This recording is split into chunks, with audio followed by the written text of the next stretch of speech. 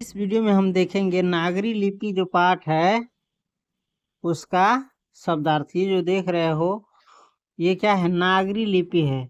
और इस पाठ को पढ़ने से पहले इसका जो शब्दार्थ है वो हम देख लेते हैं, ताकि पाठ पढ़ने में समझने में क्या हो, पाठ को समझने में सुविधा हो, जहाँ कठिन शब्द आए वहाँ। तो चलो, इसमें सबसे पहला है, शब्दार्थ को ही शब्द निधि भी कहा जाता है। निधि माने बैंक होता है, कोश होता है, इसमें शब्दों का कोश है, समझ गए। इसमें सबसे पहला है लिपि। कौन सी है? लिपि। लिपि का अर्थ होता है ध्वनियों के लिखित चिन्ह।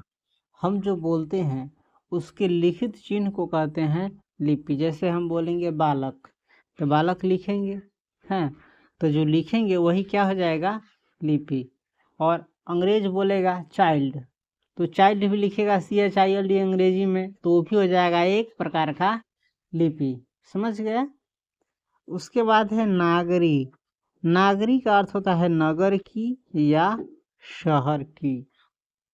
उसके बाद है अनुकरण। अनुकरण का अर्थ होता है नकल, एक दूसरे की देखा देखी करना। उसके बाद है ब्राह्मणी। ब्राह्मणी का अर्थ है एक प्राचीन भारतीय लिपि। इस पाठ में एक प्राचीन भारतीय लिपि जिससे नागरी आदि लिपियों का विकास हुआ। हम जो आज हिंदी में लिखते हैं वो किस लिपि से विकसित हुआ है, बना है ब्राह्मणी से। उसके बाद है पोथियाँ। पोथियाँ का अर्थ होता है पुस्तकें या ग्रंथ।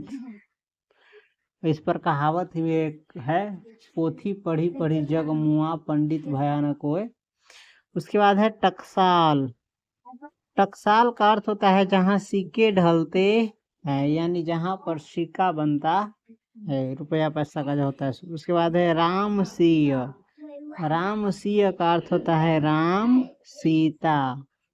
उसके बाद है अस्तित्व। अस्तित्व का अर्थ होता है पहचान या सत्ता। उसके बाद है हस्तलिपि।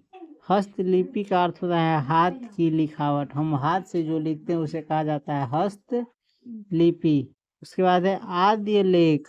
आद्य लेख का अर्थ होता है अत्यंत प्राचीन, आरंभिक यानी प्रारंभिक लेख।